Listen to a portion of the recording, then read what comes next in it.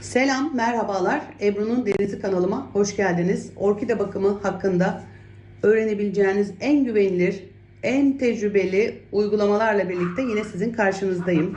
Uzun yıllardır orkide bakımıyla ilgileniyorum ve tüm tecrübelerimi sizlerle paylaşıyorum biliyorsunuz.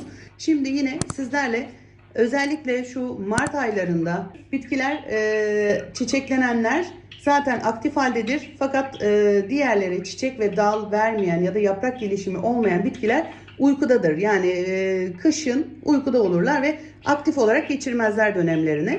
Şimdi biz bunu Mart ayı 15'i geçtikten sonra neredeyse bir takvimi vardır arkadaşlar orkide uygulamasında.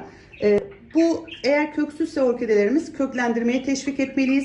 Köklüyse hali hazırda dediğim gibi uykuda ve aktif değilse bitkilerimiz onları da yine gübre ya da besin takviyesi ile bitkilerimizi çiçeklenmeye teşvik edebiliriz. Önceliğimiz her zaman kök ve yaprak gelişimi olması gerek. Bitkimizin tekrardan çiçek verebilmesi ve çiçeklenmesi için. Bunun için de biz insanlarda olduğu gibi normal sistemimizi yeterli olamadığımız, enerjimizi toplayamadığımızda takviye aldığımız gibi tıpkı bitkilerde de böyle biliyorsunuz tarımcılıkta, tarım alanında, sebze, meyve ekiminde de böyledir. İlla ki bir takviye yapılması gerekiyordur. Doğal ortamında da tabii ki gelişir. Fakat daha verimli, bol çiçek ve mahsul alınabilmesi için bu tarz besin takviyeleri yapılır arkadaşlar. Şimdi benim uyguladığım, yine sizlere de bunu tavsiye ettiğim, gönül rahatlığıyla uygulayabileceğiniz bir besinden bahsedeceğim. Ben yarasa gübresi kullanıyorum arkadaşlar. Bunu senede 2 ya da 3 defa tüm bitkilerimde dönüşümlü olarak mutlaka kullanıyorum.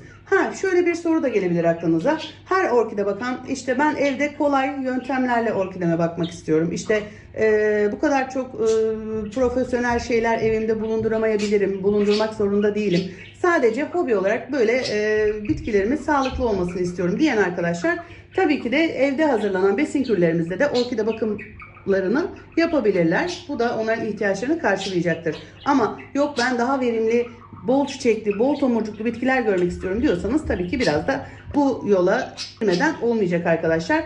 Bunu NPK gübresi ya da ben az sonra göstereceğim gibi yarasa gübresi ile bu takviyeyi yapabilirsiniz. Şimdi hangi bitkilerde nasıl, hangi ölçülerde kullanabiliriz bundan bahsedeceğim. Şimdi kullanacağım benim yarasa gübresi. Ben marka kısmını şuradan yırttım ama internette bunu bulabilirsiniz. Bulamayan arkadaşlar da bana ulaşırlarsa yardımcı olmaya çalışırım. Şimdi arkadaşlar bu yarasa gübresi tamamen bu NPK'lardan elde etmeye çalıştığımız azot, fosfor ve potasyum tamamı bu gübrenin içerisindedir arkadaşlar ve tamamen organiktir. Şimdi NPK ya da benzeri gübre kullandığımızda bu gübrelerin içerisinde tuz vardır. Ve biz bu ölçüyü kaçırdığımızda ya da yanlış yöntemlerle uyguladığımızda bitkimizde köklerinde tuzlanma yani kristalleşme oluşabiliyor. Fakat yarasa gübresi tamamen organik, yani zaten ham maddesi de tamamen organik olduğu için kesinlikle böyle bir tuzlanma olayı, köklerde bir sıkıntı asla ve asla yaşamıyorsunuz. Bunu süs bitkilerine uygulayacağımız şekilde kullandığımızda kesinlikle çıldırmış gibi kökler alıyorsunuz. Bu denenmiş, sadece benim değil, tüm bitki sever ve hobi severlerin bu konuyla yakından ilgilenen arkadaşların kullandığı bir besindir ve tarımcılık alanında da çok yaygındır kullanımı arkadaşlar. Yarasa gübresi dediğimiz gübremiz şu şekilde, bakın koyu renkte, tıpkı pekmeze benziyor. Görüntüsü bu şekilde. Kesinlikle kokusu yok. Çevreyi de kirletmiyor. İçiniz rahat olsun. Ben özellikle evde evcil hayvan besliyorum kendim. Zaten bir zararı dokunsa çevreye ben de asla çiçeklerim için bunu kullanmayabilirim. Bu nedenle gönül rahatlığıyla kullanabilirsiniz. Ben şimdi ayarlayacağımız ölçüyü bahsetmek istiyorum. Bir de uygulayacağımız bitkiler arkadaşlar, şu an aranızda izleyenlerin arasında mutlaka bunu bilen, kullanan, doğru yapabilen ya da aklında sorular olan arkadaşlarım için ben bu konuyu üzerine basarak tekrarlamak istiyorum. Bakın şu bir haftalık gelişmedir arkadaşlar benim sadece yarasa gübresinin sonucu. Diyeceksiniz ki nereden anlıyorsunuz Ebru Hanım? Hepsini bölüm bölüm kullandığım bitkileri sizlere içerik üretip bu tecrübelerimi paylaşabilmek için hepsini neler kullandığımı kendim gözlemleyebiliyorum. Hangi orkidemde hangi yöntemle sonuç aldığımı sizlerle özellikle paylaşıyorum. Doğru ve birinci ağızdan bu bilgileri öğreniyorsunuz arkadaşlar. Şimdi bu yarasa gübresiyle almış olduğum sonuç. Bakın bu bir fide, çiçeksiz. Biraz kış aylarında sıkıntı olmuştu. Ben toprağını ve saksısını böyle bir kabın içerisine aldım. Kapalı sistemde. Altta kil bilyesi, yosun ve ağaç torfu karışımında şu anda. Hali hazırda çok fazla kökleri yok bitkinin. Fakat bu şekilde bakın, tam bir haftalık bir sonuçtur bu. Çilli bir fide. Kullanım alanına gelince de arkadaşlar, kullanmadan önce bakın, bu da aynı şekilde, yine bunu da sizinle paylaşmak istedim. Üstelik bir de K2 aldım. Bu da yine yarasa gübresi mucizesidir. Bakın, bunlar gerçekten denenmiş yöntemler ve uygulamalar.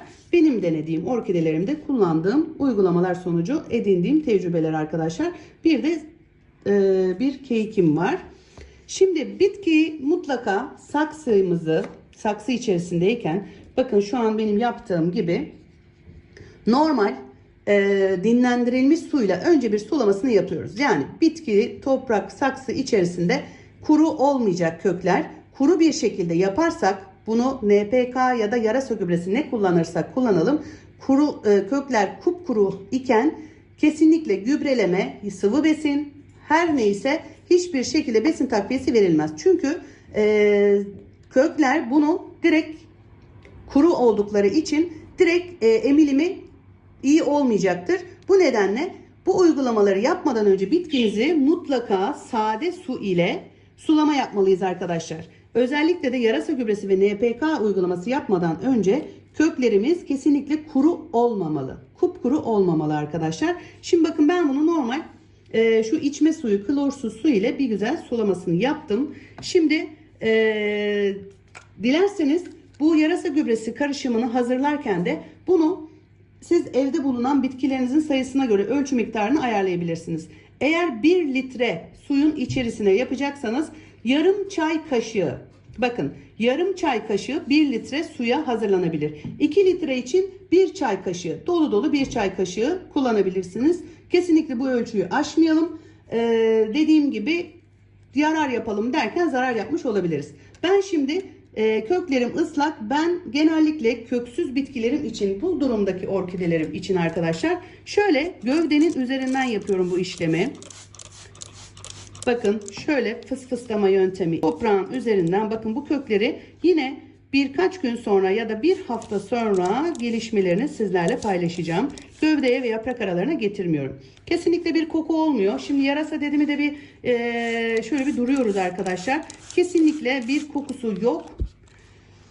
Ben yaşam alanımda, salonumda yapıyorum şu anda mesela bu işi. Bakın şöyle üstten, gövdeye getirmeden saksı kenarlarından tamamen emilimini yapmış oluyor zaten.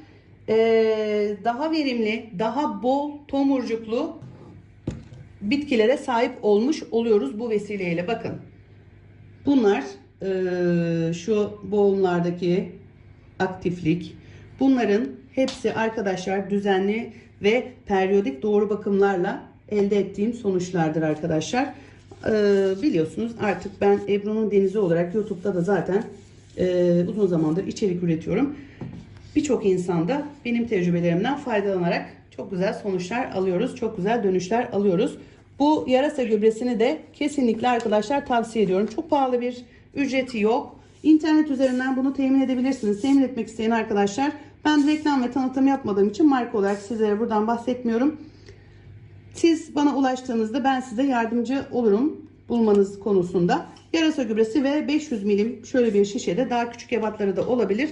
Ömür boyu yeter yani. Bunu diğer tüm bitkilerinizde de kullanabilirsiniz. Tarımda ve ziraatte kesinlikle çok güzel sonuçlar alınıyor. Şöyle bir fıs şişem de var. Şimdi mesela çiçeksiz ve köklenme aşamasında olan bitkilerime hepsine bu yarasa gübresine uygulamasını yapacağım. Bir sonraki sulamada mesela, velev ki bir sonraki sulamada arkadaşlar normal su ile suluyorum.